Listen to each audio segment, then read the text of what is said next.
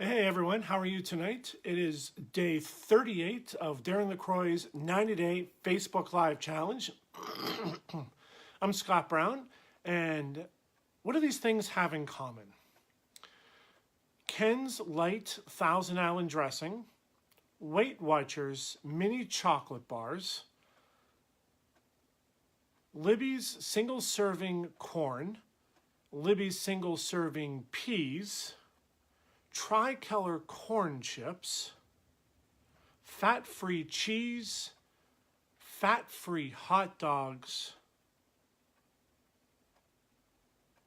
and I'm sure there's more. You know what those all have in common? They're the things that I cannot find at Kroger that were staples of my Weight Watchers diet when I was in Orlando. Fitzy, what's up, buddy? How are you, Alex? Good to talk to you. They're things that I can't find in Fort Wayne that were staples of my Weight Watchers diet when I was in Orlando. And I've come to realize that I cannot expect Kroger's to be Publix. That's just not going to happen. I love Publix. They were a great store, amazing service, phenomenal selection, and they really helped me shed 50 pounds by having foods that were really able to fill needs for me. And it was an incredibly great journey to lose the weight. But here in Fort Wayne, not so much. But I find myself missing Publix and longing for something that I will never find here in Fort Wayne. And it's gotten me thinking. Kroger's advertised itself as a neighborhood store and as the best solution for groceries, but they're not. They might be the best solution here, but they're not really a good solution. I don't necessarily trust that they are going to be able to solve my needs and help me in the way that I expect them to.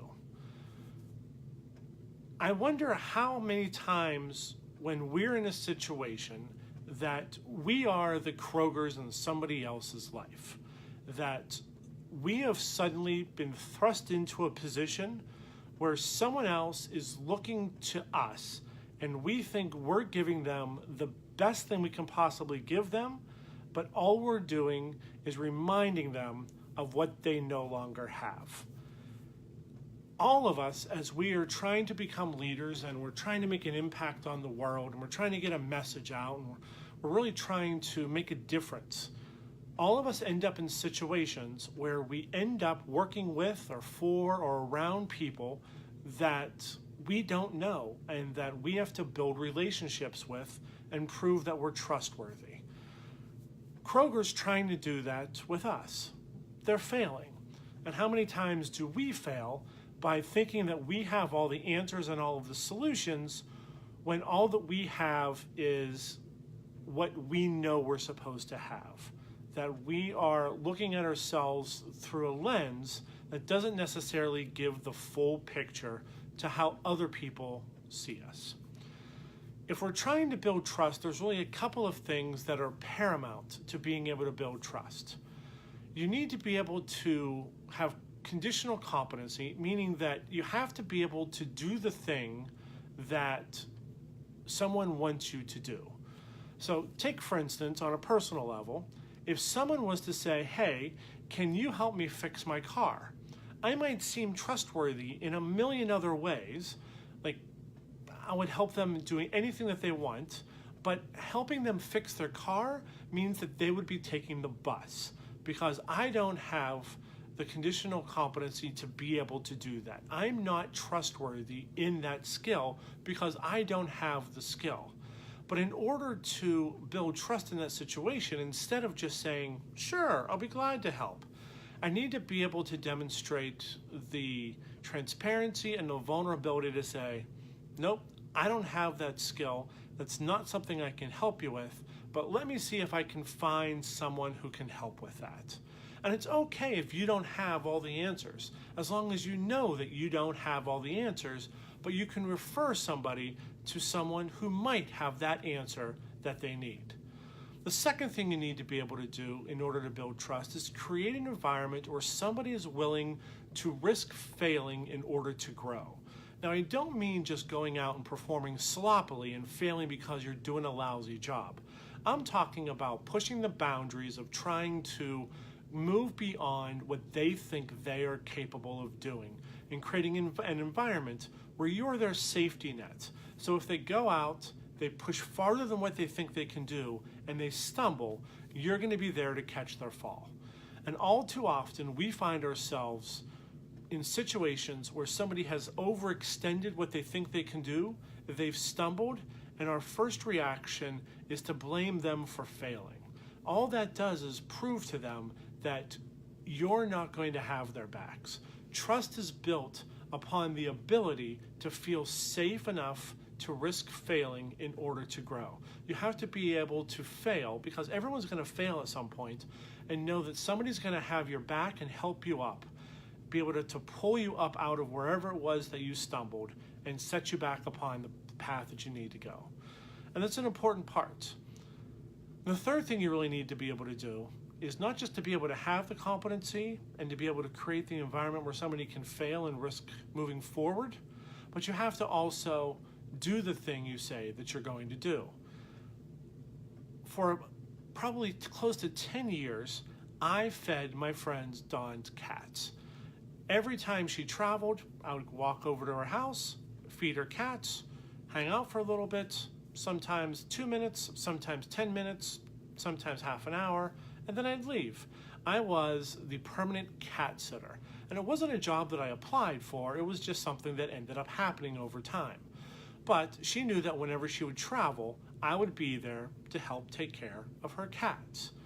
I had the ability to do it, and I did it on a regular basis. She knew that she could count on me to go and do that.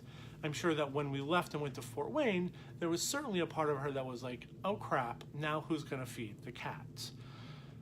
But there was an ability to be able to actually do the thing that I said I was going to do. There was reliability.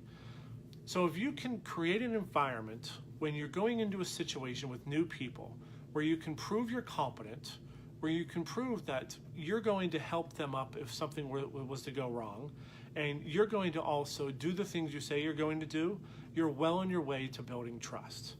Now, the wild card in this is what I like to call vulnerability. We don't have all of the answers. I know I don't even have all the questions, let alone all the answers. I have to be willing to admit I don't know things, and that I'm going to count on other people, maybe the people that I work with, work for, work around, to help me help them.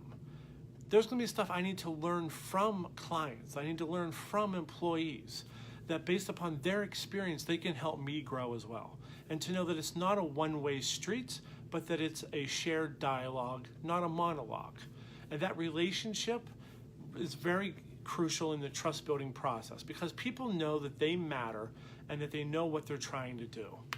Now, if you're going into a situation like we're coming into Fort Wayne, I can't necessarily expect Kroger to know what I need. I need to be able to look at them and give them feedback and say, okay, this is what you've had, this is what I need you to carry, can you help me out? Setting yourself up to say, this is all the things that happened in the past, I get that, but this is a new day, how do we move forward from here? And setting that ability to say, here's a timeline, here's a date in the sand that we're gonna say, whatever was, but what is going to be starting today. All too often we get stuck in this cycle, this loop, and I find myself doing it, especially now that we're here in Indiana, of thinking back to the things that I miss about Florida, like warmth and heat and ducks and swans and the pond and the warmth. Did I say the warmth? Because it's cold. I can't go back and change any of those things. I know that we're here in Fort Wayne probably for a long haul.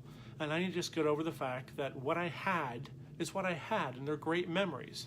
But it's not going to be what I'm going to have going forward. I need to make new memories and new relationships and new experiences. I need to be able to manage my conditions and my situation to be able to move forward with that. And part of that is having a conversation like I had today with the manager at Kroger's and giving him a list of the things that I need him to start to carry, to say, these are the things that maybe you don't even realize are out there that you can become a better store.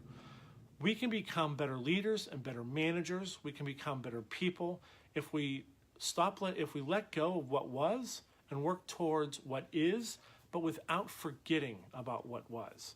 It's the foundation of how we got here. We're not going to rewrite our story without the previous chapters. So if you find yourself in a situation where maybe someone's looking to you for their fresh starts, and you're looking to them to help you get through a fresh start, know that it's a reciprocal relationship.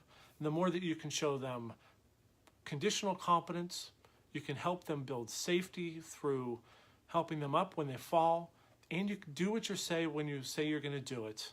And then lastly, you're also vulnerable enough to admit you don't have all the answers. You're going to be well on your way to building a trusting relationship. Thankfully, I found Amazon has almost everything I need, so even if Kroger fails, I have another fallback. Let yourself be that other fallback for somebody who needs something that they don't have now. So, having said all that, I hope you guys have a wonderful night tonight. Go out and make a great salad tomorrow, and Weight Watchers does work. I am living proof of that. I'm also living proof that layers work in Fort Wayne. So have a good night, folks. We'll talk to you later.